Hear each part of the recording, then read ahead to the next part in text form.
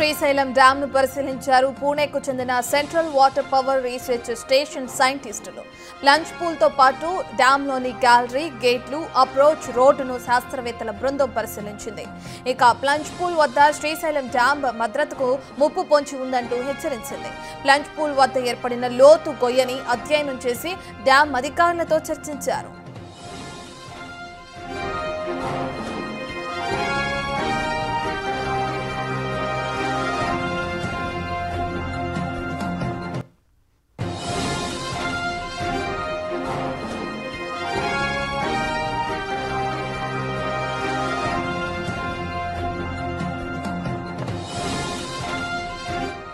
Right, ఇక Srisailam dam దగ్గర ఏదైతే ప్లంజ్ పూల్ వద్ద ఏర్పడిన గొయ్యుందో దానికి సంబంధించి సైంటిస్టుల బృందం అధ్యయనం చేయడం జరిగింది. ఇక దాంతో పలు సూచనలు కూడా చేయడం జరిగింది అక్కడ ఉన్న అధికారులకి. దీనికి సంబంధించిన పూర్తి డీటెయిల్స్ అందించడానికి మా ప్రతినిధి శ్రీరామ్ అందుబాటులో ఉన్నారు. శ్రీరామ్, ఎప్పుడు సైంటిస్టుల బృందం అక్కడికి చేరుకుంది, వాళ్ళు అక్కడున్న డ్యామ్ ని పరిశీలించినప్పుడు ఎటువంటి అంశాలని అధికారులకి తెలియజేయడం జరిగింది, దానికి సంబంధించిన డీటెయిల్స్ ఈ విధంగా ఉన్నాయి.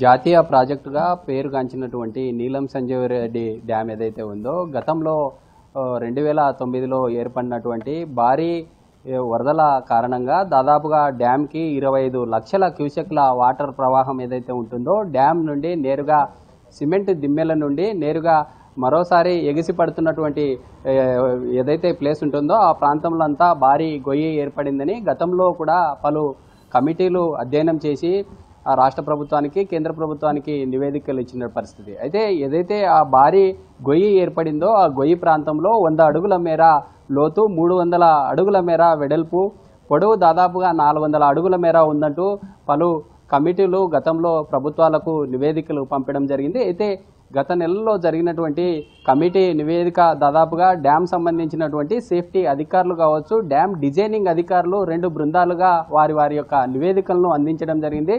నిన్న సైంటిస్టుల బృందం, పూణేకు చెందిన సైంటిస్టుల బృందం ఏదైతే ఉందో ఆ బృందంలో దాదాపుగా ఇరిగేషన్ సంబంధించిన అధికారులతో పాటు డ్యామ్ అధికారులందరూ కూడా నిన్న సమీక్ష సమావేశం నిర్వహించుకొని అక్కడ గతంలో ఏ విధంగా భారీ గొయ్యి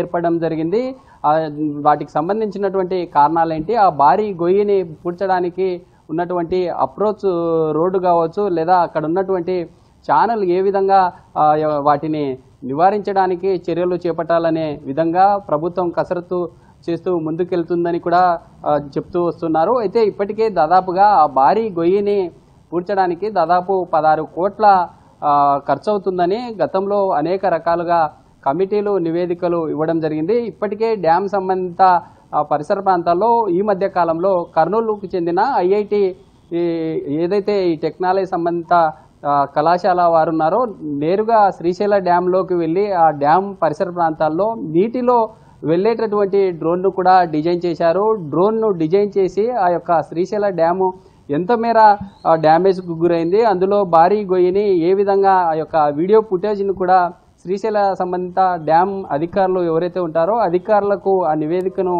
ఇచ్చినట్లుగా కూడా తెలుస్తోంది. అయితే ఈరోజు పూణే సైంటిస్టుల బృందం ఇదంతా అధ్యయనం చేసిన తర్వాత సమీక్ష సమావేశం అనంతరం ఈరోజు కూడా 2వ రోజులో భాగంగా ఆ యొక్క డ్యామ్ను పర్యవేక్షిస్తున్నారు. ఇప్పటికే డ్యామ్లో ఎంత మేర గతంలో ఆ 25 లక్షల క్యూసెక్ల వాటర్ ఏ విధంగా ప్రవహిస్తున్నటువంటి గేట్స్ ఏవైతే ఉన్నాయో గేటుకు వాటి యొక్క పరిధిని మించి దాదాపుగా 10 అడుగుల మేర ఎత్తు నుండి పారడం వల్లే ఈ యొక్క డ్యాము ముందు భాగంలో భారీ గొయ్యి ఏర్పడిందా అనే కోణంలో కూడా అధికారులు పూర్తి స్థాయిలో యొక్క పరిశీలిస్తున్నటువంటి పరిస్థితి. నిన్న కూడా ఈ యొక్క డ్యామ్ పరిసర ప్రాంతాల్లో ఏవైతే బుట్లు ఉంటాయో ఆ యొక్క వాటర్ సంబంధించినటువంటి బోట్స్ ద్వారా నేరుగా అధికారులే అందులో వెళ్ళి చూస్తున్నటువంటి పరిస్థితి. ఆ డ్యామ్ ముందు భాగంలో ఏర్పడిన డ్యామేజ్ ఏ విధంగా గతంలో ఏ విధంగా ఏర్పడింది అనే కోణంలో పూర్తి స్థాయిలో అధికారులు పరిశీలిస్తున్నటువంటి పరిస్థితి అయితే కనిపిస్తుంది. ఈరోజు పూణే సంబంధిత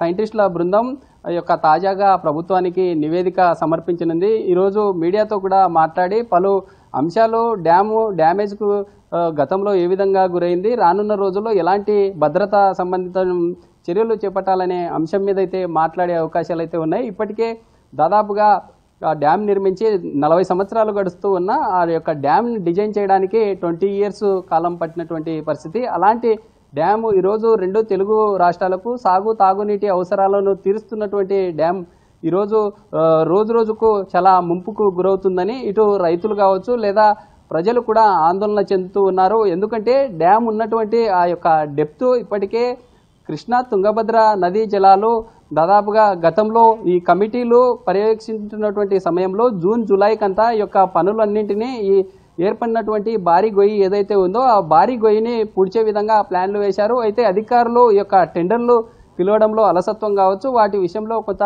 జాప్యం జరగడంతో పనులు ఏమాత్రం జరగలేదు. అయితే రానున్న రోజుల్లో ఖచ్చితంగా శ్రీశైలం జలాశయానికి ముప్పు ఖచ్చితంగా ఉంటుందని పలు ఇంజనీర్స్ కావచ్చు లేదా అభిప్రాయపడుతున్నటువంటి పరిస్థితి. ఇప్పటికైనా ఇటు కేంద్ర రాష్ట్ర ప్రభుత్వాలు రానున్న రోజుల్లో ఖచ్చితంగా ఈ యొక్క భారీ గొయ్యి నుండి సేఫ్టీగా ఈ యొక్క ప్రికాషన్స్ ను వాడి ఖచ్చితంగా కాపాడాలని కోరుతున్నటువంటి పరిస్థితి.